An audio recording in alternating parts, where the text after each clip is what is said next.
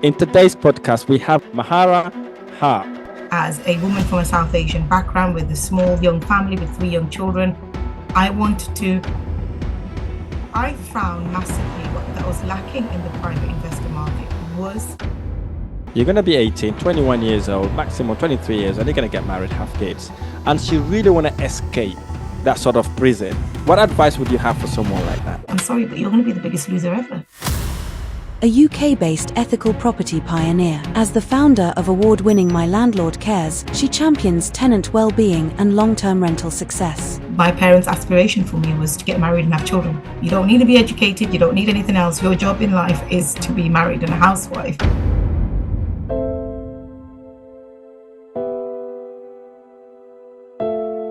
Your TEDx talk has inspired many people. Can you share what the experience was like? Being in front of a live audience of 250, being recorded was... I am an aspiring property investor and I really want to start my investment journey now. What advice would you have for me? I think it's really important for you to... Hey guys, it's Rahim. Welcome back to Property Investment Blueprint Podcast. In today's podcast, we have an extraordinary guest with us on the podcast. Mahara Haque is a dynamic landlord, property investor, and a TEDx speaker who is on a mission to transform the private rented sector. She is passionate about changing the conversation around renting and is dedicated to supporting tenants to settle and stay in their houses, fostering a more stable and harmonious rental market. Mahara's insight and experience are not only inspiring, but also incredibly relevant for our audiences of aspiring property investors and entrepreneurs. Welcome to Property Investment Blueprint, Mahara. How are you? I'm good, thank you. And thank you, Rahim, for having me on the show. You're welcome. You're welcome. So let's get it going. What is your contact from your earliest years? I need to understand Mahara. So I've always been someone who's enjoyed working. So I've always wanted to be a professional, climb the career ladder. And I thought of financial independence when the stock markets crashed. So I was in a very secure job working with the local authorities with a pension. And I saw people's pensions disappear into thin air after the stock market crash.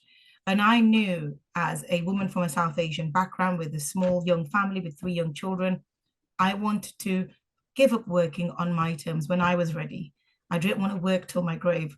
So I looked at ideas for creating income, alternative income, and obviously property was one of the top things that came. So that started me on my journey of being a property investor back in late 2009, early 2010. What I found massively that was lacking in the private investor market was that housing ethos, that social housing. Remember, I've worked in local authority, I've worked with communities, especially vulnerable communities, and I didn't see that support element. So when I went to the high street letting agents and I said to them, how will you look after my tenants? They looked at me with shock and dismay, like, what kind of silly question is that? So I ended up managing my own portfolio and seeing the stuff I was seeing in my professional capacity, but putting it into my personal portfolio, and it reaped dividends. Tenants were staying in properties longer, we were minimizing damage and voids, and they were calling places their homes. So for me, in 2020, when the world saw COVID and the world was shutting down, I had this idea of setting up my own business as a letting agency. And at this point, remember, it was almost like Armageddon, the world's coming to an end. So it was one of my bucket list things to do.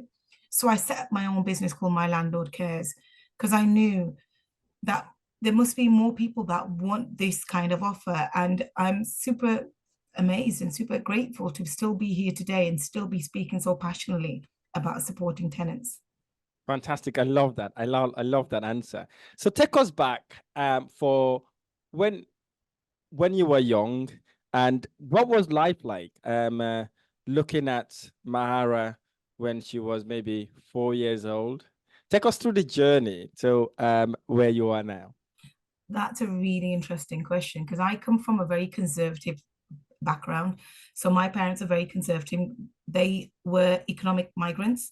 So they came to this country to make a living, and I was born within that generation. So for me, my parents' aspiration for me was to get married and have children. That was it. You know, you don't need to be educated. You don't need anything else. Your job in life is to be married and a housewife. So they didn't have any expectations for me. But I was very ambitious. I was super ambitious. So I think if I looked at my life then and at my life now, I just think, you know, I've been brave enough to follow my dreams. You know, I've always had this ambition. I've been brave enough. I've done the traditional kind of things.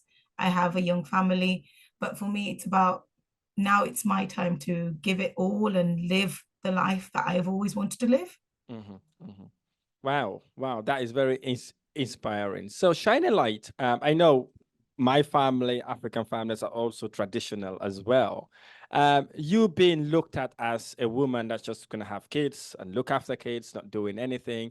How are you able to convince your family or transition from being that person that needs to depend on someone else to someone that wants to be independent and doing things on their own terms rather than relying on a breadwinner sort of? How are you able to transition? Because I know it might be a bit difficult, especially looking at the tradition and the culture that we have all brought up with. How are you able to move away from being that sort of person to the person that you are right now? So I think I'm super fortunate, and I'm grateful as well that I've got a super supportive partner. So my husband is really supportive, and he's also my business partner as well. And that's super important because when you've been told by everybody else that you don't need to be anything else, be content, be happy. This is your little box, stay within your little box. So he was like, go do whatever you want to do, which was supremely refreshing, you know, having that within a partner. So that was nice. And also I found in my family context, there's only so much you can challenge a brick wall. You know, stereotypes are hard to break down, but within the professional capacity, I found I was growing quite rapidly. So I was taking on promotions, job promotions. My most recent job was within the local authority, managing multi-million-pound funds for the government. So I was progressing supremely rapidly because in them structures, they don't have that barrier for me. I found I was able to grow and excel within them structures. So that gave me the confidence to believe in myself, to go, actually, if I can do so well professionally, so I have got a drive, I have got something within me. So, and then I applied it to my personal context and set up my business. So I think there's a different levels of factors, and your moment will come to shine. You know, when we decide it's our moment, it's probably not the right moment in your lifetime. You know, there is a moment where you will bloom. You have to give it the chance. There's an analogy of the lilies. Underneath all that mud, out comes the flower when it's the right time. So you've got to wait for that moment and jump on it when that moment comes. You know, otherwise it might pass and you might not get that opportunity again. So learn to understand your moment and wait for that moment. It will come. Fantastic. I love that question. Looking at 14-year-old Sarah is originally from, let's say, Pakistan or Bangladesh, that have been put into that box. You're going to be 18, 21 years old, maximum 23 years, and you're going to get married, have kids. And she really want to escape that sort of prison. What advice would you have for someone like that? I think it's really hard to talk from an outsider in, just because I've been in that situation where it's difficult to go against family pressure because there's a lot of negativity and you don't want to break up ties. You still want to see your parents and your siblings. So as I always said, there's a pathway for you. Believe in the pathway. So I am a religious and spiritual person. So I do believe God puts things in my pathway. So I kind of committed myself to that process and believed in it. And I think you've really got to find peace. You know, I could sit here and go, you know, break that tie, break the barrier, break the glass, but I won't say that because your family is super important. Yeah. You know, they're the ones that nurtured and looked after you and cared for you. But believe that there's a purpose for you and your time will come. So, you know, I think of it longer term. You know, I've been crying for an opportunity to show myself and do something of impact to the world. And it's been for over 15 years. You know, it's taken me 15 years to find this opportunity. Your opportunity will come. Fantastic. I love that. So you said your family was immigrant from South Asia, if I got that correct. I know settling here wouldn't always be that easy. What role did lack of money in your household during that time growing up shape your view about money? And that's a supremely interesting question because my father was the bread earner. My mum never worked, and we had the six of us all together. Wow. So that was a little bit of money to spread all over the family, you know. And I think my father was always super cautious with money because he was the only bread earner, and that's instilled within me. I carry that characteristic, and my mum was a spender. So my dad would give my mum a little pocket money and she would quickly spend that. So it was really interesting dynamics. And I always say now I've got more of my dad than I have my mum, you know. So, and that has instilled me for me the fear of losing that money and making sure your foundations are solid and you've got things covered. And sometimes it works negatively because it's hard for me to break out of all them years of seeing and believing that money's going to run out, that now to a point I struggle sometimes and I have to work really hard to spend some money or to enjoy myself because we never had time to enjoy ourselves. I remember my dad used to bring our weekly treat used to be a couple of packet of chips and we all used to sit on the floor and we all used to share it. And it was the best moments, not this, I want chicken and chips, I want fish and chips, I want sausage and chips, everybody has their own choice. That was the best part of it. My siblings might not think the same, but for me, it's about how do I move away from that small person balance and live, fully. It's quite difficult, actually. Wow. Wow, I love that. So how about school? How is school like for you? School when I was younger. I was in school a long time ago. Yeah. How was that? So I went to an Islamic school, a girls' Islamic school. So for me, that's I think where a lot of my religious and my spiritual background came from, because my parents' idea of religion was do as we say, don't question. Whereas the school gave me that perspective and the love and the nurture and why we do the things we do, which I wasn't able to ask at home. So I think it really opened my eyes up to a deeper love for my religion. So I found it really great. I was only able to complete until sixth form, so I did my A levels. I never went on to have a degree, but it is what it is. Fantastic. I love that. What inspired you to become a property investor? And how has being a property investor or a landlord shape your story to helping investors and tenants alike? I think the role of property was definitely for financial independence. I've always craved freedom to live the lifestyle that I wanted to do. So that was part of it. So that's hence why I went into that. And I really resonate with other landlords who want that for themselves. I'm more interested in the ones that are looking for financial independence more than the luxury lifestyles, the Instagrammers with the Ferraris and the Bugattis and the Lamborghinis. That's not really the model. I'm looking more for people who want that residual income, which will build up so they can choose to do what they want to do, whether that's spending more time with family or focusing on their careers, whatever that is. I think my own perspective of that support element was something that I felt really passionate about, because I found a lot of landlords invest in areas where there's a lot of deprivation, because that's where bargain properties lie. So if you look at, for example, Warsaw, there's pockets of deprivation, and that's where a lot of the landlords will invest because the percentages are high, aren't they? But what happens when your tenant can't pay? What happens when your tenants are on benefits? Then your percentage aren't great, are they? Your 10% yield drops down to 2%. And we know the risks in these areas are higher because these tenants are the ones that need the most support. So we have systems in place whereby the benefits get paid directly to us as landlords, straight from the government. We work very closely with the council so we can provide that support system. And that support system looks like advice and guidance around benefits, helping them to find local schools, helping them to find where local jobs are, tenants. And it's not prescriptive, it's very bespoke. And what that does is it creates that openness. So as a landlord, if my tenant is going to be late on their rental payment, me and you both, Rahim, would like to know in advance. We know life happens. Yeah. If we're waiting there, waiting for the rent to come and it doesn't come, and we're thinking, oh no, my mortgage can come out tomorrow.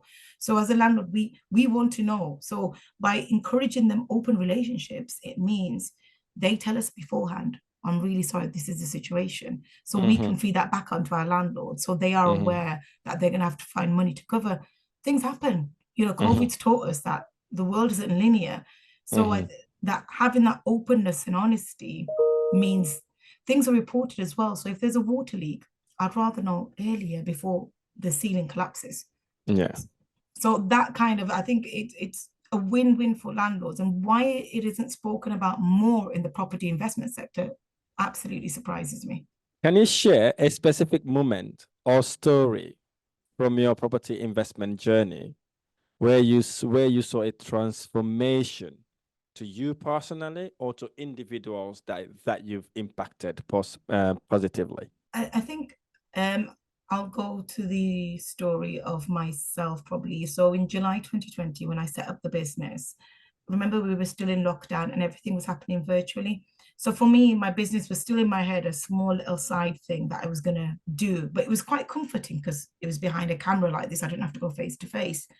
So you know, I kind of found myself very comfortable behind a screen hiding about my business. Because remember, I've always worked for other people, and it's easy to say you work for such and such council than it is to say I work for myself.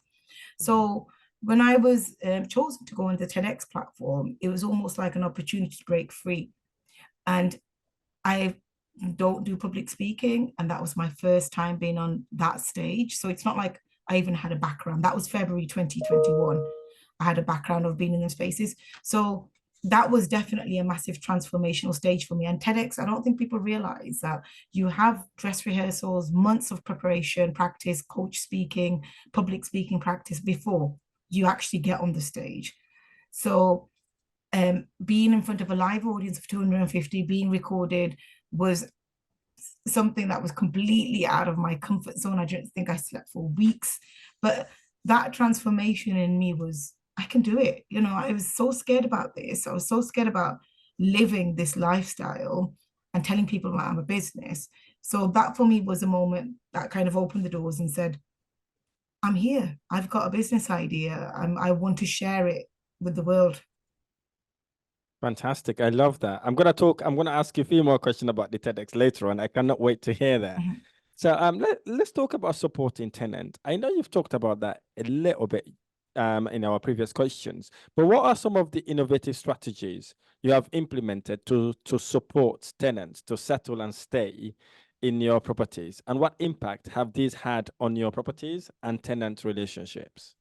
So I'll give you an example of a recent tenant that came to us. So Irina came along to one of our property viewings and she was desperate. You know, we had a viewing day and she came to us and she said, I'm desperately looking for a house. I've been to 15 properties and I've not even been able to secure a single one. She was a single mother with 4 young children and she was desperate. So she even came from an Eastern European background, and there's a lot of prejudice within landlord communities around tenants from certain backgrounds, unfortunately. So we understood how desperate Irina was. She was like, my landlord wants to sell her property. She's been in there for 15 years and she needed to move out. I told Irina, did you ask for your notice? She said, no, because I'm too scared to ask for it. So I'd rather sleep with on a sofa in a friend's house or declare myself homeless. So she was too scared to ask for her rights and responsibilities. Wow. So we knew Irina was desperately in need. She loved the property, so we were able to take her on to vetting and tenant referencing. And remember, Irina can't go through a traditional reference check. She's on benefits. She doesn't have employment, you know. So as a normal letting agent, you'd go through a credit check and you go through employment reference. So we, as a innovative letting agent, have to work around the issue by speaking to a council worker, making sure them benefits are coming in, and also getting references from people like neighbors or people that have no direct relation to whether, you know, if she has this property, what happens. So it was about finding them people who can provide a reference and give us a bigger picture. So we spoke to Irina's landlord as well, and we told her that you need to provide her with this notice. And she quickly backed out and said, yeah, that's fine, we'll give it. Irina was ecstatic. That meant she could get 2 months to move out and come into the property. So when Irina moved in, we provided her with support in terms of getting the benefits directly into our account. So we work with the council officer, so the payment comes directly in. So immediately we minimized rent arrears. We helped her find the local schools, and we introduced her to local neighbors. So she was able to build them relationships pretty much straight away. And now Irina adds value to the property. She's doing up her kitchen. She's planting in the garden. Wow. And she loves it. You know, she's adding value to the locality. She's made friends with the neighbors, and she sees herself here long term, and she is a brilliant tenant. And I think that's definitely where the tenancy support comes in for us. Wow. So you are not just a letting agent.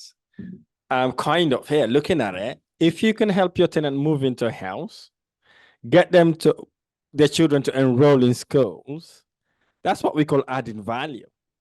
Right. So you're not just looking at, okay, I need a tenant in my property, get the direct debit set up in my account, get my rent every single month. You go and sort yourself out. So you're kind of looking at it as in a perspective, in a way that you want to help rather than just grabbing the money.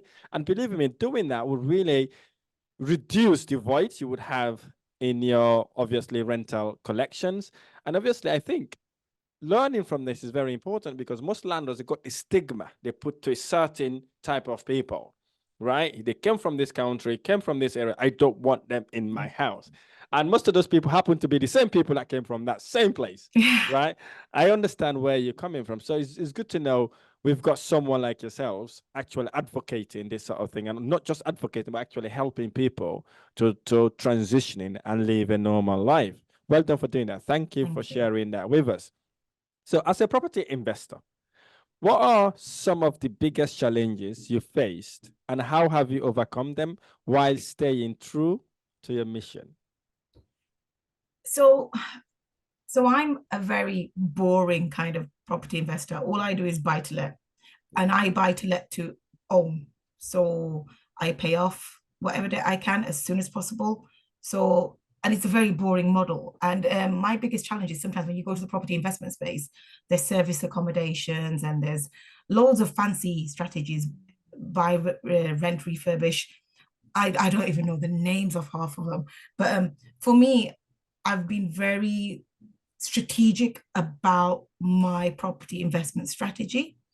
And I know a lot of people will say, you know, you should diversify, you should try something different, you should try. But for me, it's a long-term asset. And it's something, you know, I want to be able to feel confident and knowing, you know, and my strategy is all about supporting tenants to settle and stay, keeping them in property as long-term. So it really follows my strategy. The money is definitely greater in the strategies, but my ideology has always been slow and steady wins the race. So I'm a very much in the slow and steady camp. So I think the biggest challenge sometimes has been going to these places and people going, you do what? You know, and that's hard sometimes to explain to others who are probably more newer on in their journey, you know, to understand. I get that. I understand that, because some people are like, oh, buy to let is a bit boring. I want to go for BRRR, buy the property, renovate it, recycle my money, move on to the next one. But obviously, you've got your mission and you've got a goal to achieve, and you're achieving that. That is very good. This then takes me to TEDx Experience. Okay, your TEDx talk has inspired many people. Can you share what the experience was like and how it has shaped your mission and work in the property sector? I think the TEDx talk was about my own journey and my own frustrations as a private landlord. Like, why aren't more people doing this? Why aren't more people supporting their tenants? It's the equivalent, Rahim, of if you had a restaurant now, you know, what does a restaurant owner talk about? The customer experience. They talk about the menu items, but if that menu item doesn't fit, then who cares? You know, it's not going to make any dent if your customers don't like it. But in the landlord and property sector, regardless of whatever strategy you're doing, why don't we always go back to user experience? Because correct me if I'm wrong, money doesn't rain from the air. You know, there's a person there, and this massive philosophy, like property investors are very much in the I invest in properties, but I don't like the people side, which is absolutely fine. There's people that like the people side. I like the people side. But you have to start from the user experience. As a property investor, you look an area, you look at demand, you look at your client group, and then you purchase. So for me, it was about breaking down some of them stereotypes and saying, the money doesn't rain from the cloud. You know, it comes from a person. Start from the person. You know, in the councils and in the social housing sector, we say put the customer at the heart of everything you do. Mm-hmm. And they manage thousands. The biggest social housing provider has 100,000 properties. Why aren't we copying their model? Mm-hmm. You know, if we want to be big and we want to grow this is what we need to do. Because mm-hmm. if your tenant doesn't like you, they'll move to another, property. But at the moment, because the demand in property is so high, it's probably not going to happen anytime soon. But if developers build loads of more houses and tenants get a choice, they'll leave you and move to the next one. How do you nurture that relationship so your tenant stays with you longer and they're loyal to you? Yeah, it makes sense. It makes sense. So how were you able to bring that then into your TEDx experience? I think that was my overlying message in the TEDx. And that's why I was nominated to have that conversation, because TEDx ain't interested in a landlord who wants to make money. You know, their experience is, how do you add value? And that was, for me, was my adding value. So they clearly saw an alignment with an aspiration for the future. So I was able to bring that underlying message that as a landlord, I actually was so embarrassed to tell people that I was a landlord. I hid it for at least the first 10 years of my landlording life. Because remember, I used to work in them sectors where mm-hmm. landlords are the baddies. But why did I have to hide it for? You know, I have worked so hard to save that money, to buy that property. Why was I so ashamed of it for? So it was my kind of opening saying, I was embarrassed and I was ashamed, but why should I be? I'm trying to do good, with my property. I'm trying to make a change to people's lives. Don't judge us all by the same brush. I love that. I love that. So suppose I am I am an aspiring property investor, and I really want to start my investment journey now. And what advice would you have for me? I think it's really important for you to know your areas and know exactly where you're interested in investing. Do some research. We have some great resources on our website, which I'm happy to link, around why investing in Sheffield as an area. And I think it's important to know what strategy you want to follow. Like, try to avoid my favorite approach, which is spray and pray, which is try different strategies. Don't, because it's very expensive in the property world. Research what you're interested in, know what your goals are, and stick to it. Because you know what will happen, Rahim? You'll reach that goal, and then you'll kind of plateau and you'll feel disappointed, and then you'll head for the next one. We want contentment. For me, that's the goal here. The goal isn't X number, Y number. It's the contentment that comes with it. Know that number and stick to it religiously. And when you get there, celebrate it, because you've worked hard for it. If you're constantly on that hedonistic treadmill to nowhere, you'll never achieve fulfillment in your life. I know multimillionaires who are constantly running, chasing. They can't have a day off because they've built that into them. I think it's so important to know your numbers, and you speak about it in your YouTube videos as well. To know your numbers, know what you want to achieve and how you're going to achieve it. There's a great exercise where you look at how much money you need to survive in the year, how you break that down monthly in terms of your expenses. Do that, with the lifestyle you want. If you want a Ferrari, plug that in. If you want to live off your Ford, plug that in. But be content with where you are. Otherwise, I'm sorry, but you're going to be the biggest loser ever. I love that. Whoa, that is a massive one there for me. I love that lesson. I love it. Thank you for sharing that with me. So, as someone from an ethnic minority background, what unique challenges and opportunity have you encountered in the property investment world, and how have you navigate through them? I think I face two major barriers in the property investment world. First, I'm a woman, and we're few and far between. There's more coming now. And also, I'm an Asian woman and a Muslim woman who wears a hijab. So there's a lot of stereotypes. So people look at me as if I'm an alien that's landed from the, and I talk about supporting tenants as well. What the hell? Like, how much more crazy can you get? I'm like an alien species that lands down on Earth and tells them about this stuff. And they look at me thinking, she's just so weird. But it makes me stand out, which is good. And people remember me, which is always good as well. They'll go, oh, have you met so and so? She speaks about, because they remember, because I'm so distinct and unique. So I think the challenges have worked towards my favor.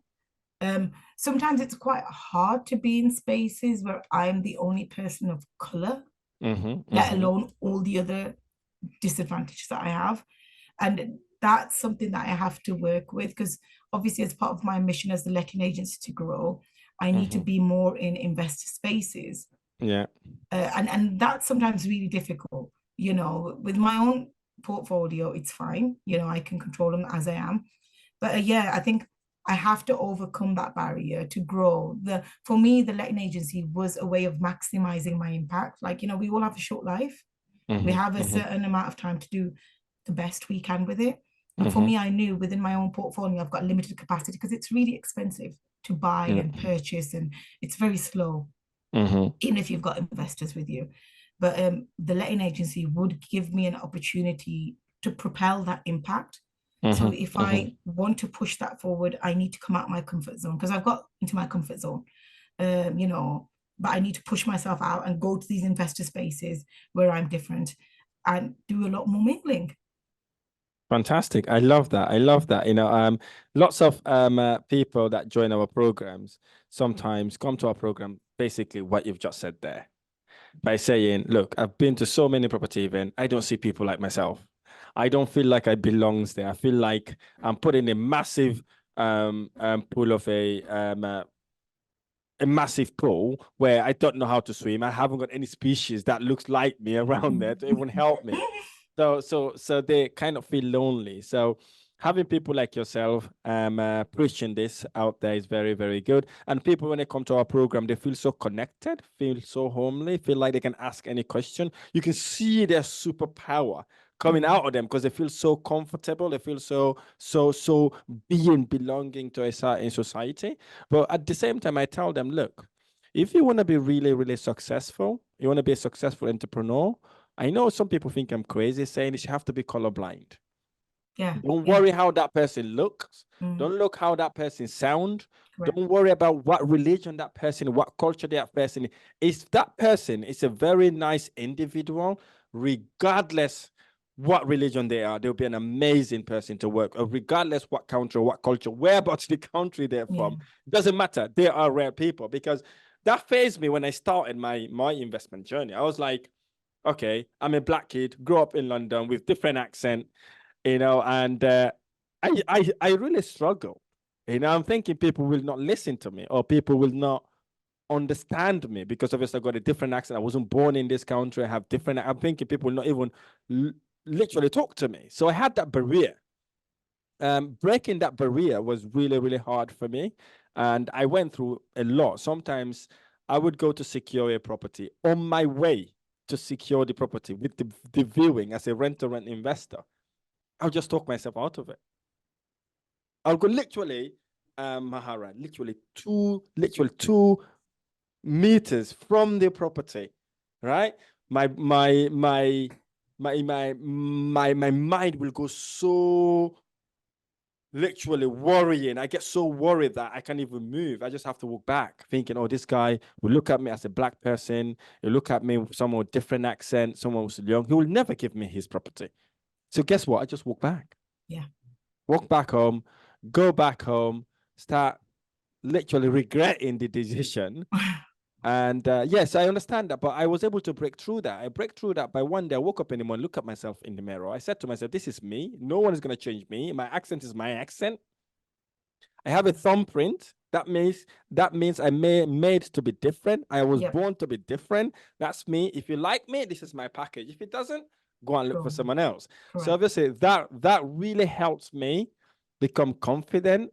And what I started to do also is to start recording myself saying things randomly. And I started listening to myself, because I hated my sound as well. I did not like the way I sound. So I get used to that. And then obviously with mindset, going to so many property event, networking event, that then transform the way I think or the way I speak or the way I was able to overcome objections. So I can see what you're saying, that it really, really makes perfect sense. So I hope that has become a beacon to you to propel in your property investment journey. So what advice would you give to aspiring property investors and entrepreneurs, especially those from an ethnic minority background who are looking to make positive impact in the rental market? I think there's, the social media and the instant gratification culture is just on, and it's hard. Like I beat myself up so many times when I started on this business journey going, I need to get to milestone X, and I didn't achieve it. And I was like, oh, why didn't I? And it like really put me into crisis mode. I think be easier on yourself. And I'm talking to myself as well, like be easier. And it's taken me the hard way to learn this. Be easier on yourself. Like slow and steady is fine.